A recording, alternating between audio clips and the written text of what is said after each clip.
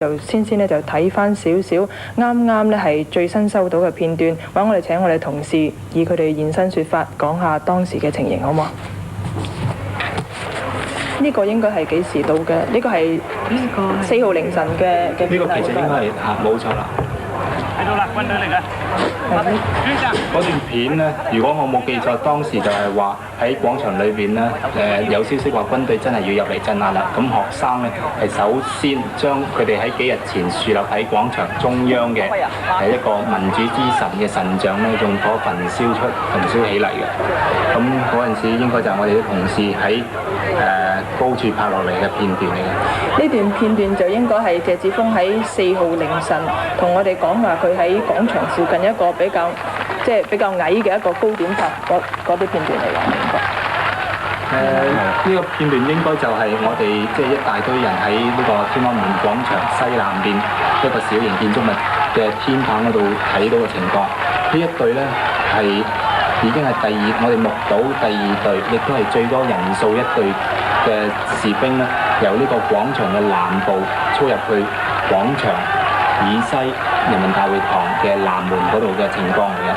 咁喺呢一段時間呢，呢一隊軍隊呢，嗰個氣氛係比較平靜一啲，市民都圍咗上去嘅，同佢哋講。我都記得收到謝志峰當時嘅電話，係以一個好輕快嘅語調同我哋講呢，就係話佢見到一隊全副武裝嘅軍隊，但係佢哋冇任何行動係對付群眾。當時佢嘅心情都好高興。但係可能呢一批軍隊個態度咧冇咁緊張，所以群眾係好輕易咁埋到佢身邊，咁同埋大聲喺佢哋身邊叫一啲口號啦，譬如打倒李鵬啊咁樣啦，同埋就希望勸啲軍隊唔好對付佢哋嘅。不過我相信呢一隊軍隊俾佢哋印象係一個錯誤嘅觀念，因為跟住嚟嘅第3隊軍隊，我哋見到係全副武裝，同埋採取一個進攻嘅狀態，一路係有士兵手持著槍咧，係作好射擊嘅姿態咧，去保衛另一隊軍隊進入呢個天安門廣場。呢個係長安東街，就係應該係喺北京飯店影落去嘅情形咯。當時嘅群眾都係非常之多。係啊，呢個係群眾好多，係完全係凌晨啲軍隊未。其實軍隊一直進駐咗嚟，即係未有行動之前。有行動嗰時都係咁多人。呢啲就係喺長安街，即係比較遠些少嘅地方。如果係天安門睇出嚟就係左手邊，即係東邊嗰條警戒線。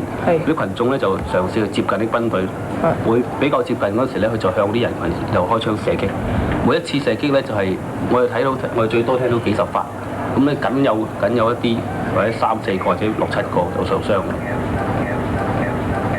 11點零鐘嘅時，見到架大嘅裝甲車就從長安街經過天安門，就向東邊高速衝過去，而嗰邊呢係企滿人群㗎。呢一段呢，就係睇到嗰啲人群喺度搬路側邊嘅路欄咧就攔喺中間，因為啱先呢，就應該就係有嗰架裝甲車衝咗過去。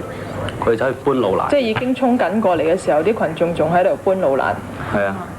而家係6月4號凌晨2點半鐘，第2支嘅部隊呢，就係啱啱由南向北嚟到大會堂嘅南門，就即刻左轉嘅。咁啊，同剛才嘅情況唔同，呢支部隊係受到咁喺我哋後邊經過嘅呢一隊官兵呢，就係我哋面前見到嘅第2隊士兵嚟㗎。咁不過佢哋係由南邊進入呢個天安門廣場嘅範圍，但係佢哋就冇直接走入呢個天安門廣場，而係喺呢個大會堂嘅南門一條街嗰度去咗㗎。咁究竟佢哋嘅目的地喺邊度呢？就未知道。而家我哋又睇翻長安街嘅情況嚇。掟石頭咧就係沿途嘅同群眾喺度向個裝甲車掟石頭。呢個都應該係比較即係6月4號凌晨比較早些少嘅時間。當時群眾點解都係咁憤怒咧？即係應該佢哋以前係嘗試過截停過啲。因為呢架車咧就係第一次應該就係啱喺由長安街反方向由西向東衝過啲人咁樣過去嘅。咁呢次咧就啱翻嚟，啲人認得呢架車。即係呢個係第一架嚟嘅。呢個係衝。而佢亦都係曾經不顧即係其他人嘅生命安全。其實呢架車最早出現嘅時間就應該係12點半左右啦，就係北京時間。啲人呢，我哋覺得好驚訝，好驚訝，到而家嘅態度都係咁，就係唔怕死嘅，即係睇住架車係咁衝過去咧，到差唔多30秒到啦，佢先至分開。咁既然係咁遲先分開，肯定有人係散唔開，而事實上有人喺嗰次嗰邊咧係死咗嘅，好似有4個市民死咗，包括一個人民解放軍。冇錯，我哋聽到消息就話佢喺過東單西東單嗰陣時咧，就係啲市民咧就想揾嘢攔截佢，佢冇嘢攔截咧，就推咗一架軍車出去。軍車上面係有解放軍喺度嘅，佢哋見到解放軍自己人，佢都一樣照撞海牙。可能佢嘅目的就係清除路障，所以嗰個路障嘅性質係咩？我哋事後就知道點解佢要咁樣做，因為佢每路路障佢都撞嘅，因為佢係事後等5點鐘一隊大隊嘅裝甲車入城。喺第一架裝甲車離開咗廣場之後，其實佢冇離開到嘅。當佢由東面駛翻去西面嘅時候咧，我哋睇得見喺天安門盡頭嗰度係起咗火。